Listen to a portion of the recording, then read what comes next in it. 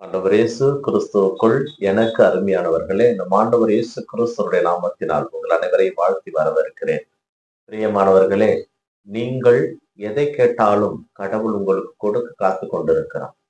அதனால் அவருடைய நீதியையும் நியமங்களையும் நாம் கடைபிடிக்கின்ற பொழுது, அவருடைய வார்த்தைக்கு நாம் செவி கொடுக்கின்ற பொழுது, அவர் முன் நாம் தாழ்ச்சியோடு இருக்கின்ற பொழுது, நம் தேவைகளை அவர் நிறைவேற்ற காத்து கொண்டிருக்கிறார். உங்கள் தேவைகளையும் கடவுள் நிறைவேற்ற உங்களுக்காக ஜெபிக்கிறேன். பிரியமானவர்களே, இன்றைய வார்த்தை பகிர்வு நிகழ்விலே நாம் சிந்திக்க இருப்பது முதல் வாசகமாக எபிரேயருக்கு எழுதப்பட்ட திருமுகத்திலிருந்து நமக்கு முதல் வாசகம் கொடுக்கப்பட்டிருக்கிறது. எபிரேயருக்கு எழுதப்பட்ட திருமுகத்திலே அதிகமாக அந்த ஆசிரியர் கூற விரும்புவது நம் ஆண்டவர் இயேசு கிறிஸ்துவே தலைமை குரு.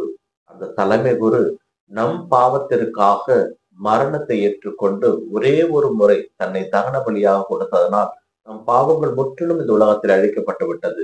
நாம் பாவமற்றவர்களாக இருக்கிறோம். ஆனாலும் நாம் செய்கின்ற சிறு சிறு பாவத்தின் வழியாக அந்த பாவத்தினுடைய கனாகணங்கள் கூடிக்கொண்டே இருக்கிறது. நாம் செலுத்துகின்ற வழியினால் அந்த பாவங்கள் கழுவப்பட்டு விடுகின்றன என்ற முடிவு நாம் செய்துவிடக்கூடாது. அப்படி நாம் செய்வோம் என்றால் அந்த பாவத்தின் மீது நமக்கு இருக்கின்ற அந்த பயமானது போய்விடும். அதனால் பாவங்கள் நம்மை தொடர்ந்து கொண்டே இருக்கிறது. அதற்கு நாம் செய்ய வேண்டியது நம்மை முழுவதுமாக கடவுளுக்கு அர்ப்பணித்து நல்ல பாவ அறிக்கை செய்து கடவுளுடைய நியமங்களையும் கட்டளையும் கடைபிடித்து வாழ்வது. அதை நாம் செய்கின்ற பொழுது கடவுளுக்கு ஏற்புடையவராக இருப்போம். அதனால்தான் நாம் வாசிப்போம், ஆண்டவர் உங்களுடைய பலிகளையும் உங்களுடைய எரிபலிகளையும் அவர் விரும்பவில்லை என்று. அவர் நமக்காக ஒரு முறை இறந்திருக்கிறார். அது பலமுறை அல்ல. ஆட்டுக்கடாய்களின் ரத்தமும் கோழிகளின் ரத்தமும் பறவைகளின் ரத்தமும் நமக்கு மீட்பளிக்காது. நம் ஆண்டவராகிய இயேசு கிறிஸ்துடைய மாசற்ற ரத்தமே நம்மை எல்லா பாவங்களிலும் கழுவ வல்லதாய் இருக்கிறது. அப்படிப்பட்ட அந்த இரத்தத்தால் கழுவப்பட்டிருக்கிற நாம் அந்த கடவுளுக்கு ஏற்றாற் போல வாழ முயற்சி செய்ய வேண்டும் என்பதை எபிரேய ஆசிரியர் நமக்கு இன்றைய வாசகத்தின் வழியாக தெளிவுபடுத்துகிறார்.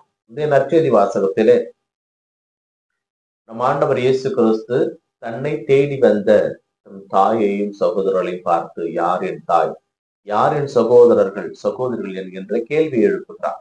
இந்த இடத்திலே வந்திருந்த தன்னுடைய தாயையும் சகோதரர்களையும் தன்னுடைய சகோதரர் தாய் இல்லை என்று அவர் சொல்லவில்லை.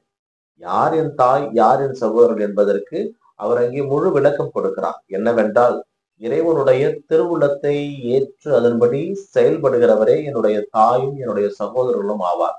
ஏற்கனவே என் தாய் அதை செய்து கொண்டிருக்கிறார், நீங்களும் அதை செய்ய வேண்டும் என்கின்ற தேவையை, செய்ய வேண்டும் என்கின்ற விண்ணப்பத்தை மக்கள் மத்தியிலே எடுத்து வைக்கிறார். அதனால் நாமும் கடவுளுடைய கட்டளைகளையும் நியமங்களையும் கடைபிடித்து வாழ்வோமானால் நம் ஆண்டவர் இயேசு கிறிஸ்துனுடைய சகோதரர்களாக கட்டாயமாக இருப்போம். ஏனென்றால் அவர் தன்னுடைய இறுதி சொட்டு ரத்தம் வரை நமக்காக விட்டு கொடுத்து பாவத்திலிருந்து நம்ம விலை கொடுத்து வாங்கி இருக்கிறார்.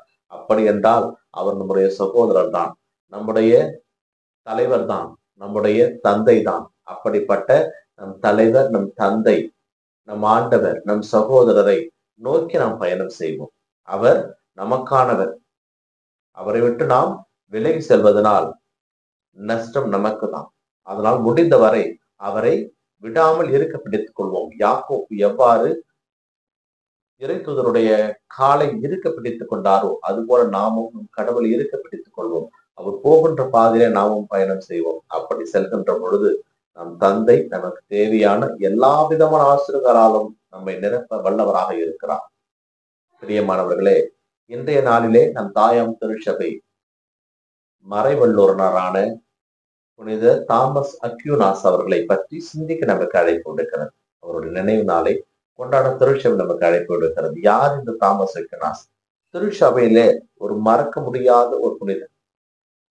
ஏனென்றால் இவர் நற்கருணை ஆண்டவர் மீது கொண்டிருந்த பக்தி, அவர் மீது கொண்டிருந்த அந்த அளப்பரியாத பாசம் இவரை கடவுளோடு இணைத்தது. எந்த அளவுக்கு என்றால், இவர் செல்வந்த குடும்பத்திலே பிறந்திருந்தாலும் இவரை மேற்படிப்புக்கு அனுப்ப குடும்பத்தில் இருக்கின்றவர்கள் முடிவு செய்த பொழுது இவர் அரசு குடும்பத்திற்கு நெருக்கமாகவும் இருந்ததனால் ஏதாவது நல்ல படிப்பு படித்து குடும்பத்திலே பெரிய ஆளாக இவரை கொண்டு வர வேண்டும் என்று எல்லாம் யோசித்துக் கொண்டிருந்த பொழுது புனித தாமஸ் அக்வினாஸ் அவர்கள் குருத்துவ படிப்பை மேற்கொள்ள முயற்சி செய்தார், ஆரம்பித்தார், அதற்கான ஏற்பாடுகளையும் செய்தார். ஆனால் இதை கேள்விப்பட்ட அவருடைய குடும்பம் அவரை தங்களுடைய வீட்டிலே 2 வருட காலம் சிறையிலே வைத்திருந்தது. அவர் எங்கேயும் செல்ல விடாமல், யோசிக்க விடாமல் அவருடைய மனதை மாற்றிக்கொண்டு இருந்தார்கள். எதிர்காலத்தை பற்றி சொல்லிக் கொண்டு இருந்தாலும் அவருடைய சகோதரி தான் அவருக்கு விவிலியம், மெய்யியல், இறையியல் புத்தகங்களை வாங்கி கொடுத்து உதவி செய்து கொண்டிருந்தார். 2 வருடங்களுக்கு பிறகு அந்த படிப்புக்காக அவர் தன்னை முழுவதுமாக முடிவு செய்துவிட்டார். நம்முடைய பணி கடவுளுக்குரியது, நாம் கடவுளுக்கானவர்கள் என்று முடிவு செய்துவிட்டு தன்னுடைய நண்பர்கள் மூலம் ஒரு கூடையிலே அவரை அமர வைத்து தூக்கி கொண்டு வெளியே கொண்டு போய் அவர் டொமினிக்கன் சபையிலே சேர்ந்து குருவானதாக ஒரு வரலாற்றிலே பதிவு செய்யப்பட்டிருக்கிறது. இந்த டொமினிக் டொமினிக்கன் சபையிலே இவர் சேர்ந்த பொழுது இவர் இறைவன் மீது கொண்டிருந்த பக்தியை அவர்கள் ஆழ்ந்து கவனித்திருக்கிறார்கள். ஏனென்றால் நற்கருணை ஆண்டவரோடு இவர் அனுதினம் பேசியிருக்கிறார். நற்கருணை ஆண்டவரை பார்ப்பதை தன்னுடைய கடமையாக வைத்திருக்கிறார். ஜெபம் செய்வதிலும் ஆண்டவரோடு இருப்பதும் இவருக்கு அலாயுத தெரியும். எந்த அளவிற்கு என்றால் சில நேரங்களிலே இவர் ஆண்டவரோடு பேசிக்கொண்டே இருப்பாராம் நாள் முழுக்க, பசி கூட தெரியாமல். அதனால் காலப்போக்கில் இவருக்கு ஒரு உதவியாளர் கூட வைத்திருக்கிறார்கள், நேர நேரத்திற்கு இவருக்கு உணவு கொடுக்க வேண்டும் என்பதற்கு. அந்த அளவிற்கு ஆண்டவரோடு பேசிக்கொண்டே இருந்திருக்கிறார். ஆண்டவரும் இவரோடு பேசிக் கொண்டிருந்திருக்கிறார். பல வேளைகளிலே இவர்கள் இருவரும் இவருக்கு ஏதாவது சந்தேகம் இருப்பின் அதை ஆண்டவரிடம் கேட்டுதான் தெளிவுபடுத்திக் கொள்வாராம். இந்த அளவிற்கு அவர் ஜெபத்திலும் தபத்திலும் மூழ்கி இருந்திருக்கிறார். இவரை இறையியல் இளவரசர் என்று சொல்வார்கள், மறை வல்லுநர்கள் என்று சொல்வார்கள். ஏனென்றால் இவருடைய காலகட்டத்தில் தான் நற்கருணையிலே ஆண்டவர் இயேசு கிறிஸ்து இல்லை என்கின்ற ஒரு தப்பறை கொள்கை வந்த பொழுது அதை துணிந்து நின்று ஆண்டவர் இயேசு கிறிஸ்து மெய்யாகவே உடலாகவும் இரத்தமாகவும் இருக்கிறார் என்பதை இவர் மெய்ப்பித்தார். அப்படிப்பட்ட இந்த புனிதரை நாம் நினைவு கூறுகின்ற நாம் அந்த புனிதரை போலவே வாழ நாம் அழைக்கப்படுகிறோம். ஏனென்றால் இவர் எழுதிய மிகவும் ஏறத்தாழ பல புத்தகங்கள் எழுதியிருக்கிறார். இவர் எழுதிய மிகவும் முக்கியமான புத்தகம் சும்மா தியாலஜிகா என்கின்ற புத்தகம். அதை முழுமையாக முடிக்கவில்லை. அதற்கு முன்பு சும்மா கோந்த்ரா என்கின்ற ஒரு புத்தகம், சிட்டி ஜென்டைல், சும்மா கோந்த்ரா ஜென்டைல்ஸ் அப்படிங்கிற ஒரு புத்தகம். அது மக்களுக்கான புத்தகம். இறை வழிபாடு எப்படி இருக்க வேண்டும், இறைவனை எப்படி சந்திக்க வேண்டும் என்பதை பற்றியும், சும்மா தியாலஜிகா இறையில் சார்ந்த கருத்துக்களை பற்றியும் சொல்லப்பட்டிருக்கும். ஏனென்றால் இவர் ஒரு முறை இறைவனோடு வேண்டிக் கொண்டிருந்த பொழுது, நீ எழுதிய அத்தனை புத்தகமும் வீண், வாழ்ந்து காட்டு, புத்தகத்தில் அல்ல, நீ வாழ்ந்து காட்டு, உன்னை பார்த்து மக்கள் வாழ்வார்கள் என்கின்ற காட்சி அவர் கொடுக்கப்பட்டதால் சும்மா தியாலஜிகா என்ற புத்தகம் பாவியிலே விடப்பட்டது.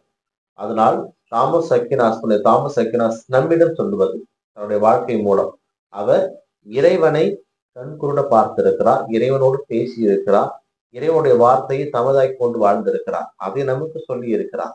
அதனால் அப்படிப்பட்ட இறைவனை அவர் கண்டார், அனுபவித்தார் என்பதிலே தான் இந்த மாண்புயர் இந்த திருவருட் சாதனத்தை என்ற பாடலை இவர் எழுதினார். அந்த பெருமை இவரையே சாரும். தாம்தோ எர்கோ என்கின்ற அந்த லத்தீனிலே இந்த பாட்டை அவர் எழுதிய பொழுது இன்று வரை திருச்சபையிலே நற்கருணை ஆண்டவருக்காக ஆராதனையின் போது இந்த பாடல் தான் பாடப்படுகிறது.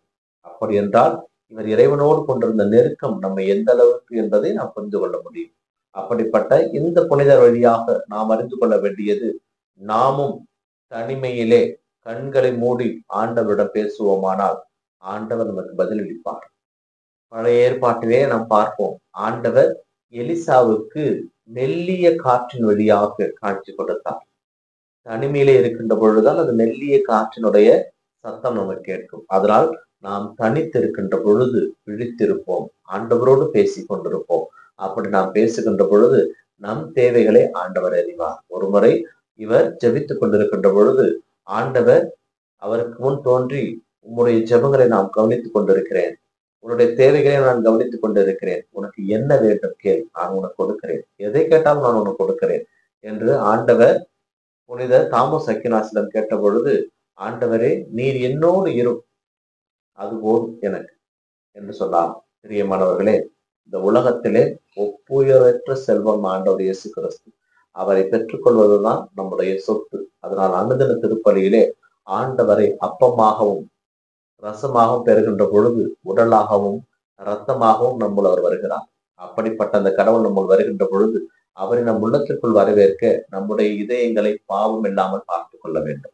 அப்படி பார்த்து கொண்டிருக்கின்ற பொழுது உள்ளே ஒருவர் மிக பெரியவர் நம்மோடு தங்க போகிறார். நம்மோடு தங்கி நம்முடைய தேவைகளை நமக்கு இன்னும் பழுகி பெருகி கொடுக்க போகிறார். அப்படிப்பட்ட ஆண்டவரை நாம் பெற்றுக்கொள்ள தகுதியுள்ளவர்களாக மாற தொடர்ந்து செபிப்போம். இந்த நாள் உங்களுக்கு இனிய நாளாகவே அமையட்டும். இறைவன் இயேசு என்றென்று வாழ்த்து தருவாராக. பிரியமானவர்களே, புனித தாமஸ் அக்கினாசருடைய நாமத்தை கொண்டிருக்கின்ற நபர்களுக்கும் நிறுவனங்களுக்கும் இனிய பெயர் நாம வாழ்த்துக்கள். ஆமென்.